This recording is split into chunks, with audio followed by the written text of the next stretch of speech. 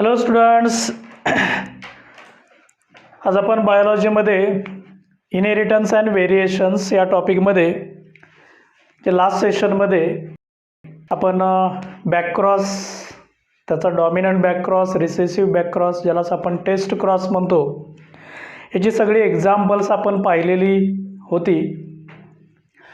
आजच्या सेशनमध्ये त्याच बॅकक्रॉस, टेस्ट क्रॉसचे जे सिग्निफिकन्स असतात, सिग्निफिकन्स पाहणार आहे आपण. So significance of backcross and test cross. Significance of backcross and test cross यांचे आपल्याला सिग्निफिकन्स बघायचे आहेत, महत्त्व बघायचे आहेत. एक फर्स्ट सिग्निफिकन्स आहे बॅकक्रॉस टेस्ट क्रॉसचा, to find out genotypes of the plant. So to find out the genotypes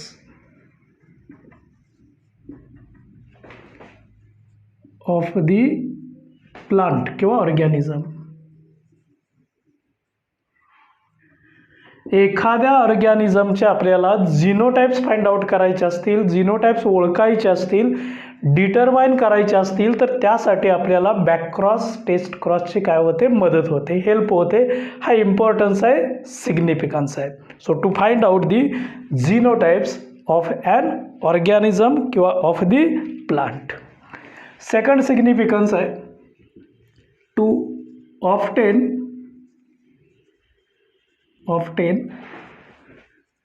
pure lines.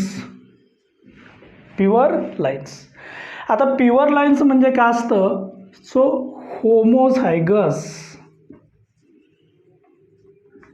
Homozygous condition आपल्याला मिळवायची असेल, प्युअर लाईन मिळवायचं असेल, सेल्फ पॉलिनेशन करायचं असेल तर आपल्याला प्युअर लाईन मिळते. आणि ही प्युअर लाईन मिळवण्यासाठी आपल्याला बॅक क्रॉस आणि टेस्ट क्रॉस ह्या दोघांचा मदत होतो to obtain the pure lines, that means homozygous conditions. Then this back cross and test cross are the easy and rapid method of crop improvement. So they are useful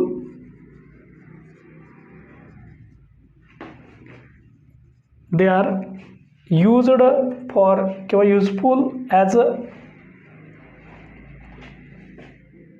useful as easy and rapid method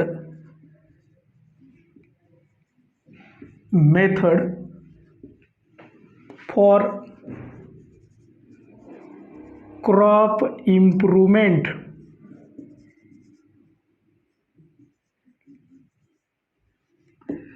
crop इम्प्रूव्हमेंटचा जो program असतो, ज्याला आपण hybridisation म्हणतो किंबहुना plant breeding म्हणत असतो, plant breeding. Plant breeding याचा अर्थ वनस्पतीची निपज करायची आहे, त्याच्यामध्ये आपल्याला योग्य ते गुणधर्म मिळवायचे आहेत आणि योग्य ते गुणधर्म मिळवण्यासाठी आपण हायब्रिडायझेशन करत असतो. सो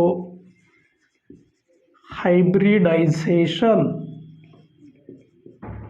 आणि हे हायब्रिडायझेशन करण्यासाठी ज्याला आपण क्रॉप इम्प्रूव्हमेंट प्रोग्राम म्हणतो, आणि त्या क्रॉप इम्प्रूव्हमेंट प्रोग्राममध्ये इझी अँड रॅपिड मेथडसाठी आपण बॅकक्रॉस आणि टेस्ट क्रॉस वापरू शकतो. Then backcross and test cross are useful for the breeders, plant breeders and genetics or inventors. So they are useful for breeders and genetics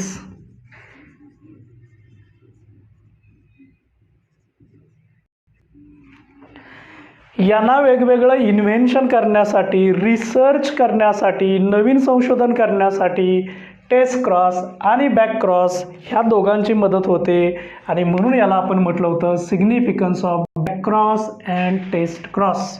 कोणकोणते significance आहेत पुन्हा एकदा बघूया आपण. To find out the genotypes of the organism. Genotypes find out करण्यासाठी आपल्याला याची मदत होते. दुसरं, टू ऑब्टेन प्युअर लाईन्स म्हणजे होमोझायगस कंडिशन मिळवण्यासाठी मदत होते. So they are useful as a easy and rapid method of crop improvement. क्रॉपमध्ये आपल्याला काही डिझायर्ड कॅरेक्टर्स आणायचे असतील, इम्प्रूव्ह करायचे असतील तर त्यासाठी एक फास्ट आणि सोपी पद्धत म्हणून बॅकक्रॉस टेस्ट क्रॉस पाहिले जातात किंवा प्लांट ब्रीडिंगमध्ये हायब्रिडायझेशनमध्ये याचा उपयोग केला जातो. And they are useful for breeders and geneticist. म्हणजे जिनॅटिक्सचं संशोधन करणारे शास्त्रज्ञ आहेत आणि प्लांट ब्रीडिंग वनस्पतीची निपज करणारे जे काही सायंटिस्ट आहेत त्यांना एक चांगल्या प्रकारची मदत होते. So they are useful for the research. So these are the various types of significance, ज्याला आपण इम्पॉर्टन्स म्हणतो, of back cross and test cross. Okay, इथंपर्यंतचा जो पार्ट आहे हे जे सगळं संशोधन आहे या संशोधनाला म्हटलं जातं मेंडेल्स डिस्कवरी, मेंडेलिझम म्हटलं जातं. म्हणजे मेंडेलनं केलेलं काम आहे हे याच्यामध्ये कन्क्लूड केलं जातं. परंतु आता हे जे मेंडेलनं केलेलं काम आहे याच्यामध्ये थोडे काही व्हेरिएशन्स आहेत कारण हे युनिव्हर्सल नाही आहे. This work is related with pea plant. हे स्पेशली गार्डन पी प्लांटशी संबंधित आहे. तर आता या व्यतिरिक्त जर काय एक्झाम्पल बदलले तर रिझल्ट्स तेच येतात का वेगळे येतात, तर थोडे मेंडेलपेक्षा वेगळे रिझल्ट येतात आणि मेंडेलपेक्षा वेगळे रिझल्ट येणं याला म्हटलं जातं deviation from Mendel's finding. Deviation म्हणजे चेंज असतो. म्हणजे मेंडेलचं वर्क आणि दुसऱ्या वनस्पतीमध्ये किंवा प्राण्यांच्यामध्ये येणारे रिझल्ट हे थोडे वेगळे आहेत आणि म्हणून याला म्हटलं जातं डेव्हिएशन फ्रॉम मेंडेल्स फाइंडिंग किंवा निओ मेंडेलिझम असं म्हटलं जातं. तर बघूया आपण नेक्स्ट मेंडेलपेक्षा काही वेगळे रिझल्ट मिळालेले आहेत, कोणकोणती एक्झाम्पल आहेत, कोणकोणते त्याचे कॅरेक्टरिस्टिक्स आहेत हे आपण डिटेल अभ्यासणार आहोत. ज्याला म्हटलं जातं निओ मेंडेलिझम किंवा deviations from Mendelian findings.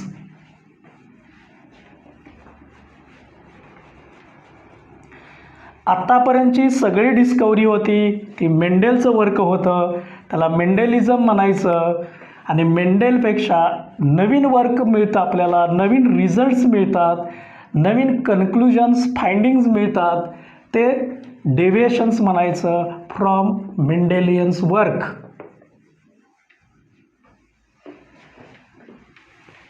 So next part आहे deviations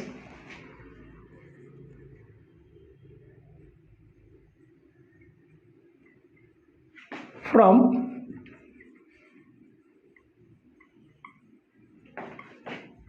Mendel's findings. Mendel's findings यालाच असंही म्हटलं जातं neo Mendelism, also called as neo म्हणजे न्यू, मेंडेलिझम काय म्हटलं जातं neo मेंडेलिझम.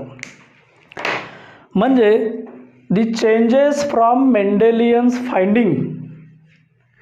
The new results from the Mendelian finding are called as deviation from the Mendelian findings. So, changes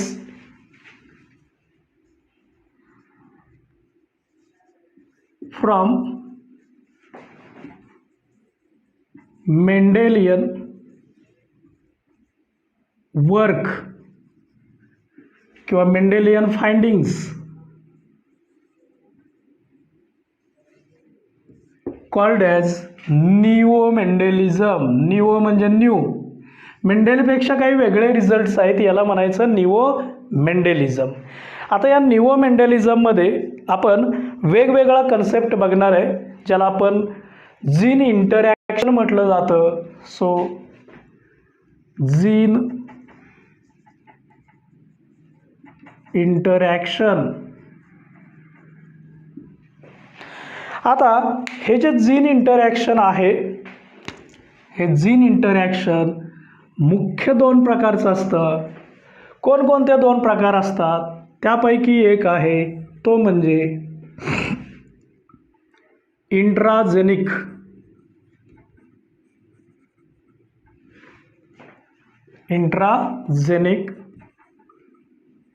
interaction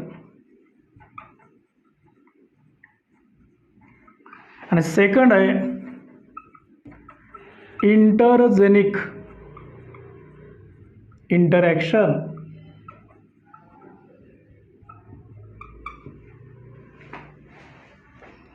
So intragenic interaction and intergenic interaction.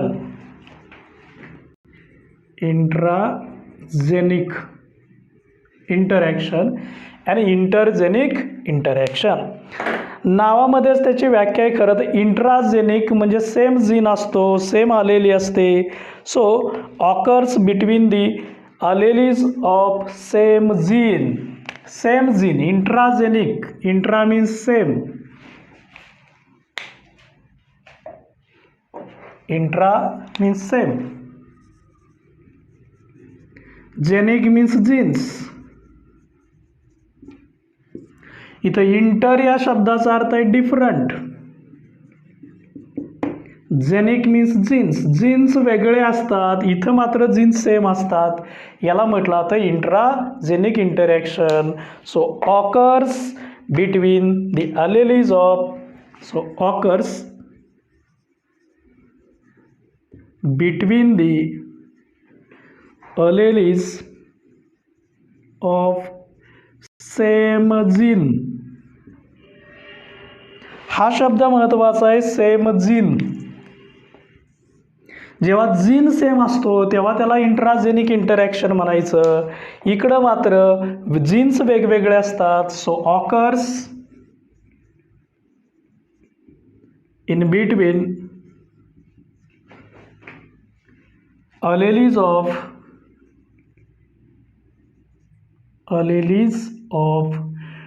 different genes,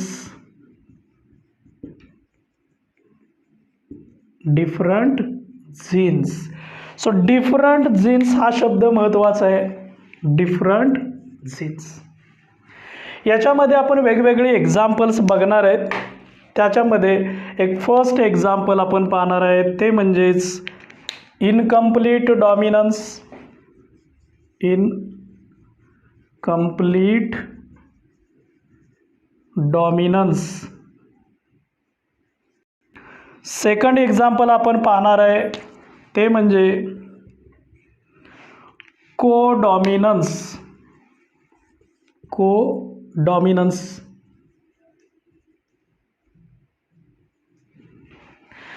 याच्यामध्ये आपण वेगवेगळे example अभ्यासणार आहे. त्याच्यामध्ये फर्स्ट आहे प्लिआयोट्रोफी.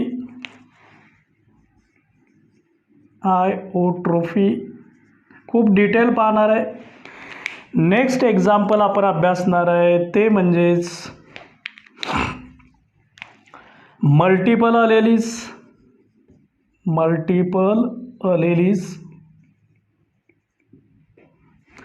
थर्ड एक्झाम्पल आहे polygenic inheritance.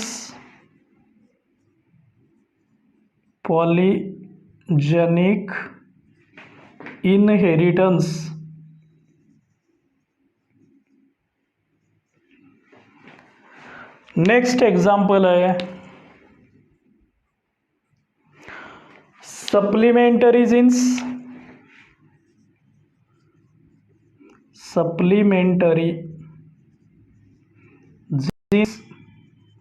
and the last one complementary genes called as complementary genes. Even though also epistatis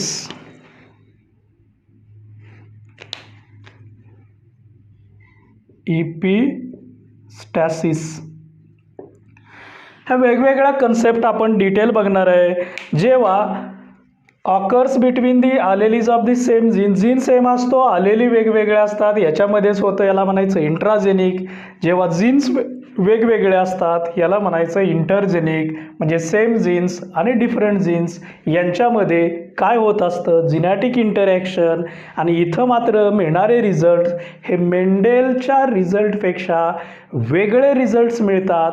आणि Mendel रिझल्टपेक्षा वेगळे रिझल्ट मिळणं याला म्हणायचं डेव्हिएशन्स फ्रॉम मेंडेल्स फाइंडिंग, किंवा इथं नवीन रिझल्ट्स मिळालेत आणि म्हणून याला म्हटलं जातं निओ मेंडेलिझम. ह्या निओ मेंडेलिझममध्ये जीन इंटरॅक्शन असतं आणि जीन इंटरॅक्शन हे मुख्य दोन प्रकारचं असतं. कोणत्या दोन प्रकारचं असतं, एक इंट्राजेनिक इंटरॅक्शन आणि दुसरं असतं इंटरजेनिक इंटरॅक्शन. याच्यामध्ये आपण महत्त्वाचं इनकम्प्लीट डॉमिनन्स, कंप्लीट कोडॉमिनन्स सेम आलेलीसाठी पाहणार आहे. इकडं मात्र आलेली वेगळी असते. आता हा जो पार्ट आहे हा आपण 1 बाय 1 अभ्यासणार आहे. सुरुवातीला इंट्राजेनिक इंटरॅक्शनमध्ये आपण इनकम्प्लीट डॉमिनन्स पाहणार आहे विथ ॲन एक्झाम्पल. ओके, बघूया आपण. खूप इंटरेस्टिंग पार्ट आहे आणि रिझल्ट मात्र थोडा मेंडेलपेक्षा वेगळा आहे. कसा वेगळा रिझल्ट मिळतो हे आपण डिटेल अभ्यासणार आहे.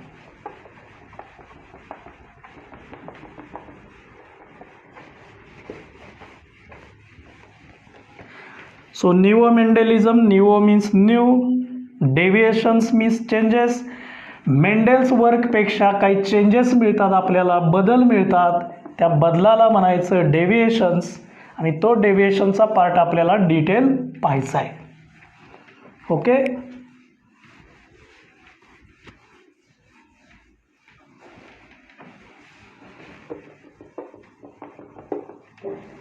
याच्यामध्ये फर्स्ट डेव्हिएशन आपण बघणार आहे, पहिला बदल बघणार आहे, फर्स्ट चेंज आपण पाहणार आहे, तो म्हणजेच इनकम्प्लीट डॉमिनन्स. पण हे जे सगळे बघतोय हे आपण मेंडेलपेक्षा वेगळी डिस्कवरी येते. याचा अर्थ पी प्लांटपेक्षा वेगळं एक्झाम्पल असतं.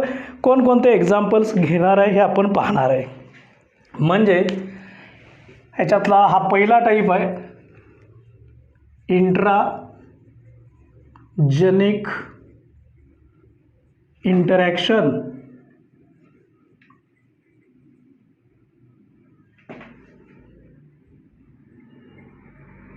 इंट्राजेनिक इंटरॅक्शन याच्यामध्ये आपण फर्स्ट नंबर 1 बघणार आहे, तो म्हणजेच इनकम्प्लीट डॉमिनन्स. इनकम्प्लीट डॉमिनन्स मेंडेलनं जो सांगितला तो कंप्लीट डॉमिनन्स होता. आता कंप्लीट डॉमिनन्स म्हणजे काय असतो, तर जेव्हा आलेलीमधला जो फॅक्टर असतो, जीन असतो, तो डॉमिनंट असतो आणि दुसरा रिसेसिव्ह असतो. म्हणजे बघा, समजा आपण टॉल प्लांट आणि डॉर्फ प्लांटचा क्रॉस केला तर आपल्याला हे जे हायब्रिड मिळतं, ज्याला आपण F1 हायब्रिड म्हणतो, म्हणजे फर्स्ट जनरेशनचं हायब्रिड असतं. या फर्स्ट जनरेशनच्या हायब्रिडमध्ये हा जो असतो हे प्लांट मात्र टॉलच असतं. बघा, आता प्लांट टॉल होण्याचं कारण काय आहे, तर कॅपिटल T हा टॉलसाठी असतो, स्मॉल t हा डॉर्फसाठी असतो. पण तरीसुद्धा प्लांट मात्र टॉलच झालं. कारण असं आहे की हा जो कॅरेक्टर आहे हा डॉमिनंट आहे, हा रिसेसिव्ह आहे. आणि डॉमिनंट काय करतो, रिसेसिव्हचे गुणधर्म तयार होऊ देत नाही, फक्त आणि फक्त स्वतःचेच गुणधर्म तयार करतो. म्हणजे ह्या 2 फॅक्टरपैकी हा फॅक्टर कंप्लीट डॉमिनंट आहे, हा मात्र कंप्लीट रिसेसिव्ह आहे. हे मेंडेलचं वर्क आहे. इथं तसं नाही आहे, इथं वेगळं आहे. या दोन्हीमध्ये कंप्लीट डॉमिनन्स हा कोणच नसतो. म्हणजे दोन्हीपैकी एक तयार होतो, याला म्हणायचं कंप्लीट डॉमिनन्स. इथं असं नाही, दोन्ही गुणधर्म तयार होतात, याला म्हणायचं इनकम्प्लीट डॉमिनन्स. पण ते पार्शली तयार होतात. म्हणजे याच्यामध्ये आपण जे बघणार आहे ते incomplete dominance. So both alleles shows partial expression is called as incomplete dominance. So both alleles shows partial expression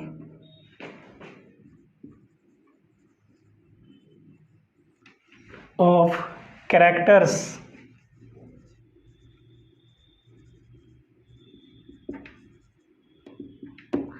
So both alleles shows partial expression of character and produce intermediate असं म्हणूया आपण, and produce intermediate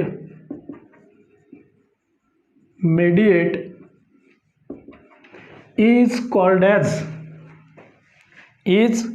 as incomplete dominance. आता या ठिकाणी हा जो आपण गुणधर्म पाहतोय बोथ alleles पार्शल एक्सप्रेशन म्हणजेच कंप्लीट एक्सप्रेशन नाही, दोन्ही गुणधर्म थोड्या थोड्या प्रमाणात तयार होतात, एकत्रित तयार होतात आणि याचा एक इंटरमिडिएट तयार होतो, मध्यस्थी तयार होतो, याला म्हणायचं incomplete dominance. So both alleles shows partial expression of characters and produce intermediate character is called as incomplete dominance. चला तर मग याचं एक एक्झाम्पल घेऊया. याचं एक्झाम्पल आहे, फॉर एक्झाम्पल मिरॅबिलस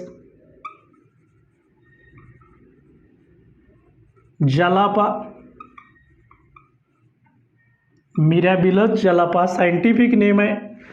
याला असंही म्हटलं तर 4 o'clock plant.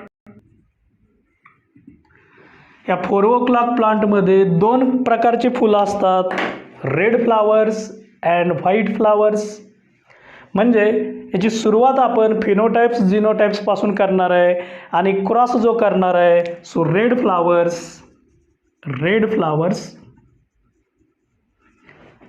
R crossed with white flowers.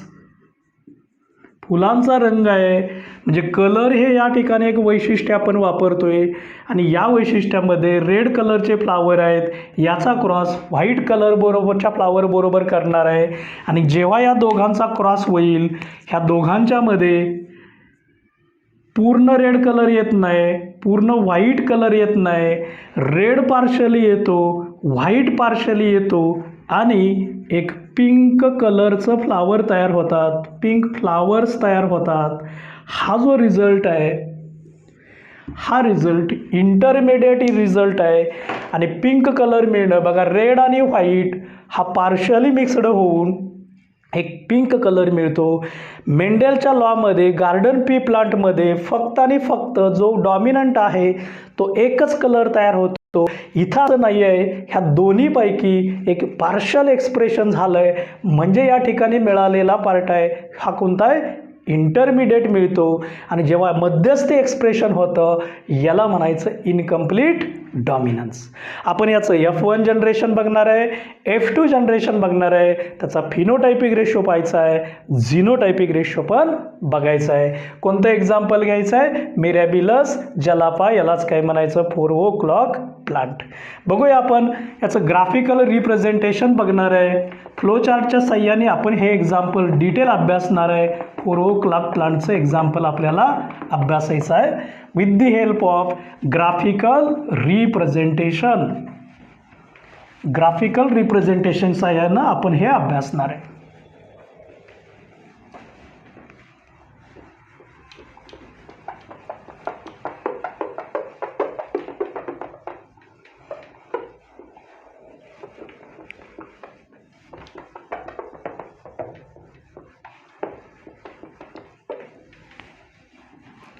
Okay, चला बघूया 1 by 1. एक्झाम्पल आहे मिरॅबिलस जलापा.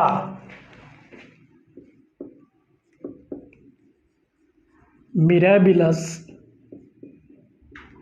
जलापा.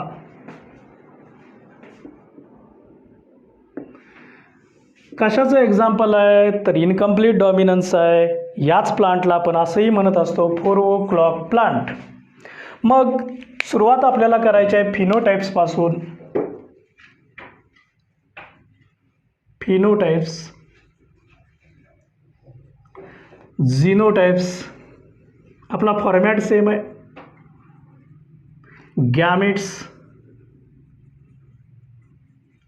F1 जनरेशन, सेल्फिंग, पुन्हा त्याचे फिनोटाइप्स, गॅमेट्स, झिनोटाइप्स लिहायचे नंतर गॅमेट्स लिहायचं. झिनोटाइप्स आणि गॅमेट्स लिहायचे आणि मग त्या गॅमेट्सचा रिझल्ट लिहायचा. किंवा इथंपर्यंत आपण हा पार्ट लिहूया F1 जनरेशन आणि पलीकडच्या साईडला आपण F2 जनरेशन लिहूया, म्हणजे आपल्याला समजायला सोपं जाईल. बघूया आपण आता. फिनोटाइप्स घ्यायचे आहेत. रेड फ्लावर्स आहेत. So red flower is crossed with white flower. Colour आहे फुलाचा. झिनोटाइप्स नावावरून लिहायचे आहेत. डिप्लॉइड घ्यायचं, कॅपिटल आर, हेच इकडं स्मॉल लिहायचं असतं, स्मॉल आर. गॅमेट्स म्हटलं की मियोसिस होत असतं. मियोसिस म्हणजे हाफ होतं, रिडक्शन होतं. याचं हाफ लिहायचं. दोन्ही सेम असतील तर एकच लेटर लिहायचं. इथंही दोन सेम आहेत, एकच लेटर लिहायचं. समजा आपण पॅरेंट कन्सिडर केला, हा फिमेल पॅरेंट आहे, सिम्बॉलनी दाखवा. हा मेल पॅरेंट आहे तर याला फिमेल गॅमेट म्हणायचं, याला मेल गॅमेट म्हणायचं. आणि जेव्हा मेल फिमेल एकत्र येणार फर्स्ट जनरेशन तयार होतं आणि मिळालेलं फर्स्ट जनरेशन हे कॅपिटल आर स्मॉल आर असतं. जेव्हा आपण मेंडेलच्या डिस्कवरीनी बघितलं तर मात्र इथं फक्त रेडच कलर आला असता. इथं असं नाही आहे. इथं मात्र जो कलर तयार होतो तो असतो पिंक. बघा, इथला कलर आहे रेड, इथला कलर आहे व्हाईट आणि F1 जनरेशनच्या ऑफस्प्रिंग कलर मात्र पिंक आहे. So it gives intermediate. Intermediate असं का झालं तर या ठिकाणी हा दोन्हीपैकी कोणताच कॅरेक्टर हे डॉमिनंट नाही आहे, कोण कोणाला डिफरेन्स करत नाही आहे. दोनही स्वतःचे गुणधर्म पार्शल प्रमाणामध्ये तयार करतात. So partial expression of character is called as incomplete dominance. So this is the F1 generation. आता आपल्याला F2 जनरेशनकडे जायचं आहे. काय मिळवायचं आहे आपल्याला? F2 generation. मग काय करायचं असतं? ह्या F1चं सेल्फिंग करायचं असतं. सो सेल्फिंग ऑफ F1 म्हणजे आपण काय करणार? F1चाच क्रॉस F1ची करायचा, फर्स्ट जनरेशनचाच क्रॉस फर्स्ट जनरेशनशी करायचा. मग याच्या आपण लिहिणार फिनोटाइप्स. फिनोटाइप्स म्हणजे बाह्य गुणधर्म. शब्दात लिहिलेली माहिती pink is crossed with pink. Okay. Genotypes लेटरमध्ये लिहिलेली माहिती असते, याला म्हणायचं झिनोटाइप्स. याचे लेटर्स इथं दिसतात, कॅपिटल आर स्मॉल आर. इथंही दिसतं तुम्हाला capital R small R. Then gametes. Gametes मात्र इथं दोन मिळणार आहेत. कॅपिटल आर वेगळा लिहायचा, स्मॉल आर वेगळा लिहायचा. याही ठिकाणी कॅपिटल आर वेगळा लिहायचा, स्मॉल आर वेगळा लिहायचा. रिझन आहे मियोसिस. मियोसिस हे फिमेलचे गॅमेट आहेत, हे मेलचे गॅमेट आहेत. आता हे मेल फिमेल गॅमेट एकत्र आले की आपल्याला सेकंड जनरेशन मिळणार आहे. आणि सेकंड जनरेशन मिळण्यासाठी आपल्याला पुनेट स्क्वेअर बोर्ड वापरायचं आहे. For F2 generation we have to use the Punnett square board. Square board. Checker board म्हटलं जातं, पुनेट स्क्वेअर बोर्ड म्हटलं जातं. हा बोर्ड आपण इथं वापरणार आहे. बघूया आपण ऑफस्प्रिंग कसे मिळणार आहेत. तर आपल्याकडं जे गॅमिट्स आहेत इथं आपण मेल फिमेल लिहूया. समजा या साईडला आपण फिमेलचे गॅमिट घेतले तर या साईडला मेलचे गॅमिट घेऊया. Capital R, small R. इकडेही तेच गॅमिट आहेत, कॅपिटल आर आणि स्मॉल आर. आपल्याला ऑफस्प्रिंग मिळणार आहेत 4. कोणकोणते 4 मिळतील? फक्त एकत्र लिहायचं आहे, हे 2 एकत्र लिहायचं आहे. Capital R, capital R, capital R small, पहिल्यांदा कॅपिटल नंतर स्मॉल लिहायचं. इथंही फर्स्ट कॅपिटल देन स्मॉल, इथं मात्र दोनही स्मॉल आर आहेत. ओके. बघा आता जेव्हा दोन्ही कॅपिटल आर असतात कलर असतो रेड. एक कॅपिटल आर एक कॅपिटल स्मॉल आर असतं कलर असतो pink. So it becomes pink. It should be pink. And this double R small letter represents white color, and that's why phenotypic ratio म्हणजे बाह्य गुणधर्मावरून लिहिलेला ratio म्हणजे तो असा आपण लिहिणार red as to pink as to white. आणि हा रेशो असणार आहे रेड कलर 1चा आहे, पिंक दोघांच्या मध्ये आहे आणि व्हाईट 1 मध्ये आहे. So phenotypic ratio is 1:2, 2:1. आणि the last one is genotypic ratio. जिनोटाइप्सवरून लिहायचं आहे, लेटरवरून लिहायचं आहे. Capital R as to capital R, small R as to small R and small R. Okay. बघूया आपण कॅपिटल आर किती आहे. त्याच्यामध्ये 4 पैकी 1च आहे. हे मात्र 4 पैकी 2 आहेत आणि हे मात्र 1च आहे. म्हणजे याचा फिनोटायपिक जिनोटायपिक रेशो आपल्याला सेम दिसतात. So red as to pink as to white. मला एवढं सांगायचं होतं की जेव्हा मेंडेलची डिस्कवरी होती एकच कलर तयार होत होता. इथं मात्र पॅरेंटपेक्षा बघा पॅरेंट आहेत रेड आणि व्हाईट. पॅरेंटचा कलर आहे रेड आणि व्हाईट पण ऑफस्प्रिंग मात्र मिळालेले आहेत पिंक. याचा अर्थ पिंक म्हणजेच कंप्लीट डॉमिनन्स नाही आहे, याला म्हणायचं इनकम्प्लीट डॉमिनंट, कारण पार्शल एक्सप्रेशन होतं. आणि हा मेंडेलपेक्षा वेगळा बदल आहे, याला म्हणायचं डेव्हिएशन्स किंवा याला म्हणायचं निओ मेंडेलिझम. मेंडेलमध्ये झालेला बदल. का बदल झाला म्हणजे मेंडेल चुकीचा आहे का? नाही, मेंडेल बरोबर आहे. पी प्लांटसाठी हा रिझल्ट आहे. मिरॅबिलस जलापा या प्लांटसाठी मात्र प्लांट बदलली की रिझल्ट बदलतोय आणि म्हणून याला म्हणायचं निओ मेंडेलिझम. ओके. कळालेलं आहे तुम्हाला? अगदी सोपा पार्ट आहे, इंटरेस्टिंग पार्ट आहे. तुम्ही हे एक्झाम्पल व्हिडिओ पॉज करा, व्यवस्थित लिहून घ्या. ओके. Thank you very much.